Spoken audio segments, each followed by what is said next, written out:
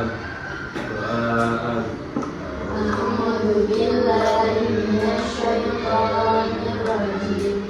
Bismillahirrahmanirrahim. Alhamdulillahi rabbil alamin. Ar-Rahmanir-Rahim. Maliki yaumiddin. Iyyaka na'budu wa iyyaka nasta'in. Ihdinas siratal mustaqim. Siratal ladzina an'amta 'alaihim ghairil maghdubi 'alaihim waladdallin. Amin.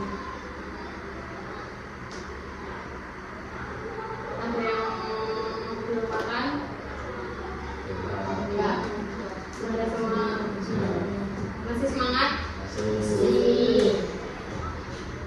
Absen dulu ya. Kenapa dia? Dari awal loh. Ada lagi? Kalau juga tadi pagi berapa? Enggak. Kalau yang jarak berapa cepet? Kalian pernah mendengar atau membaca, menonton cerita rakyat? Cerita rakyat apa yang kalian ketahui? Imun Mas. Kalian buat kelompok, lalu simak video yang ibu tampilkan. Kemudian temukan unsur instinktif, nilai moral, sosial, budaya dalam cerita tersebut.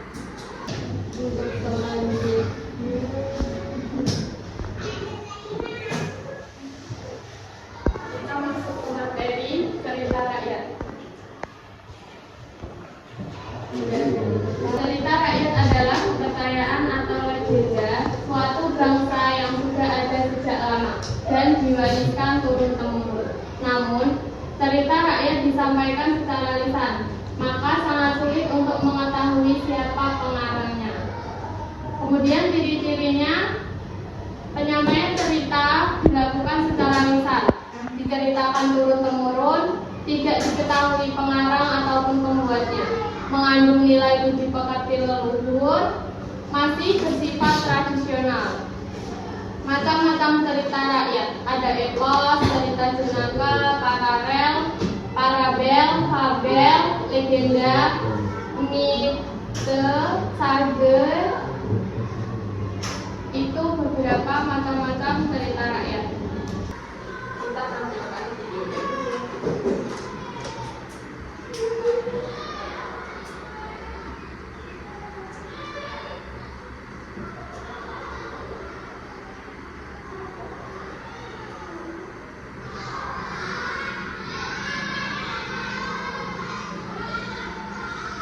Legenda Maling Kundang. Di sebuah desa pesisir yang indah di Sumatera Barat, hiduplah seorang anak laki-laki bernama Maling Kundang bersama ibunya, Mandir Baya. Mereka hidup sederhana, namun penuh kebahagiaan di sebuah rumah kayu kecil yang menghadap ke laut biru yang berkilauan. Setiap pagi, Maling membantu ibunya mencari kerang di pasir pantai yang tepi. Maling tumbuh menjadi pemuda yang sangat tampan, rajin dan kuat. Ia selalu memastikan ibunya Mandir Baya tidak kelelahan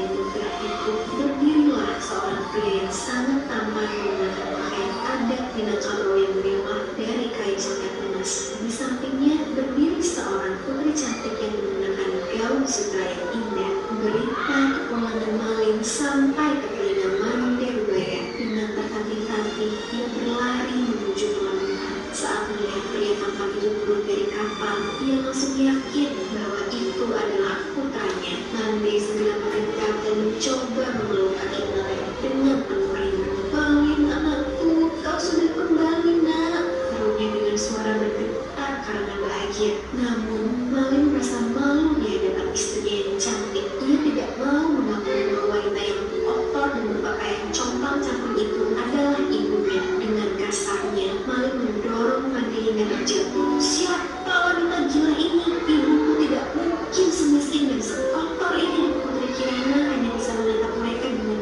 bingung dan sedih. Hati Manderbaya hancur berkeping-keping. Sambil menangis terseduh-seduh di atas pasir, ia mengangkat kedua tangannya ke langit. Ia berdoa dengan suara yang menyayat hati. "Ya Tuhan, jika benar dia bukan putraku, maafkanlah kepanjangannya. Namun jika dia benar-benar Malin pundarku, maka hukumlah di atas kesombongannya." Seketika langit yang ada di tengah berubah menjadi gelap gulita.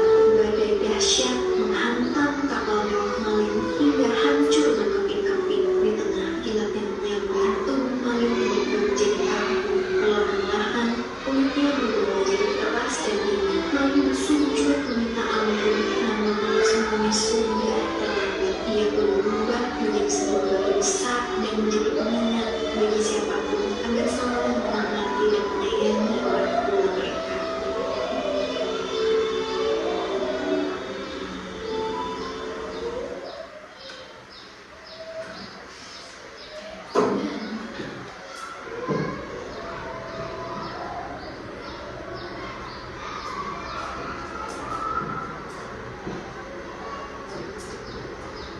Udah lihat video ceritanya, sekarang kalian bentuk kelompok.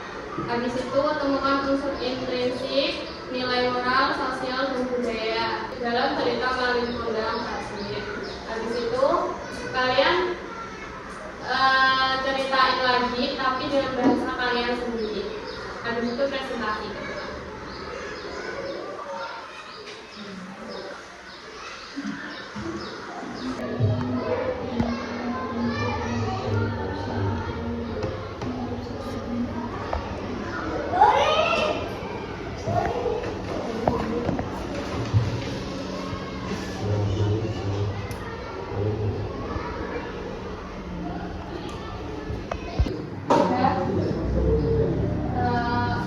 Gimana kelompokannya sudah selesai? Karena waktunya presentasi ke depan, bedain cerita dengan versi kalian sendiri sama unsurnya, nilai sosialnya dan lain-lain. Boleh bukan?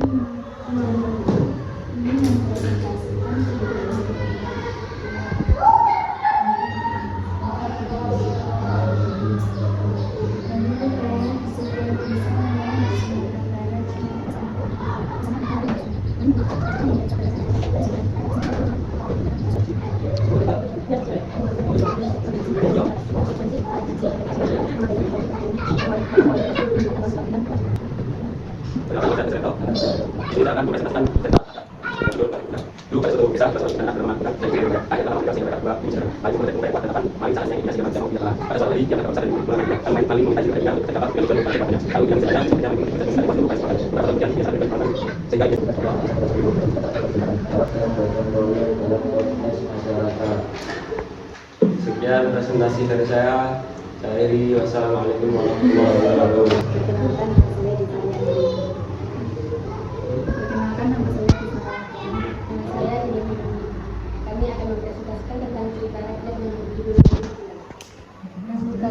bisa melayani Sumatera Barat, itulah seorang anak laki-laki yang bernama Malim.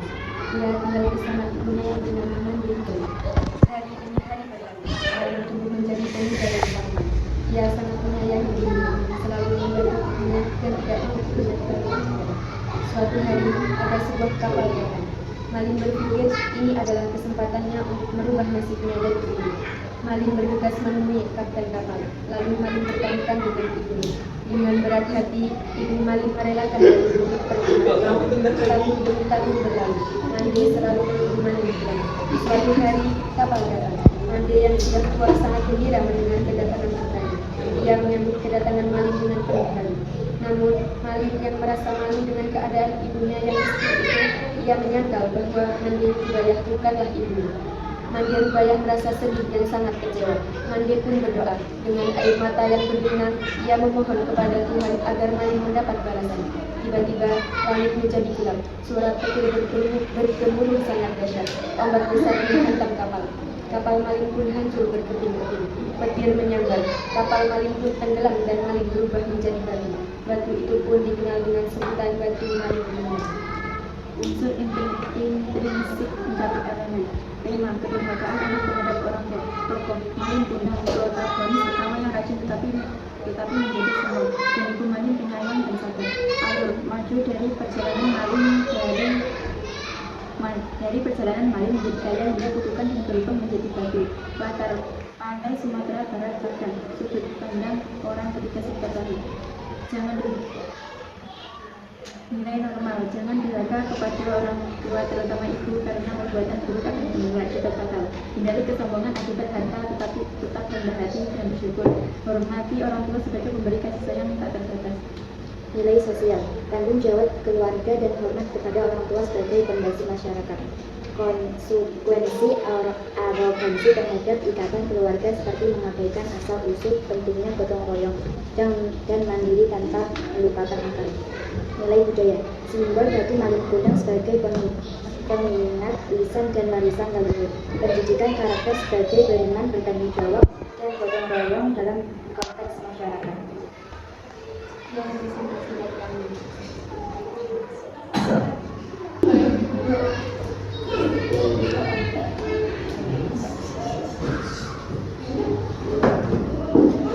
Untuk yang presentasi tadi udah bagus ceritanya, tapi ada catatan untuk pembacaannya jangan buru-buru. Ada beberapa yang buru-buru, ada juga yang sudah jelas. Semangat, harus pede ya.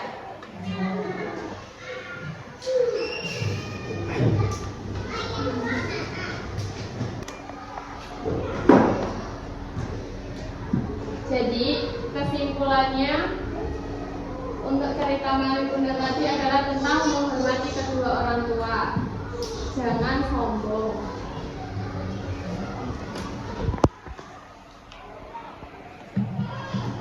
Berbakti kepada orang tua, jangan angkuh, jangan suka melawan orang tua. Kalau salah minta maaf agar tidak terlambat seperti Malim Kundang. Ada yang sering nggak kalau dimarahin orang tuanya melawan? Sering. Kalau yang sering jangan ya. Nanti kalau misal ada kelakuan yang tidak mengenakan kepada orang tuanya, itu langsung minta maaf.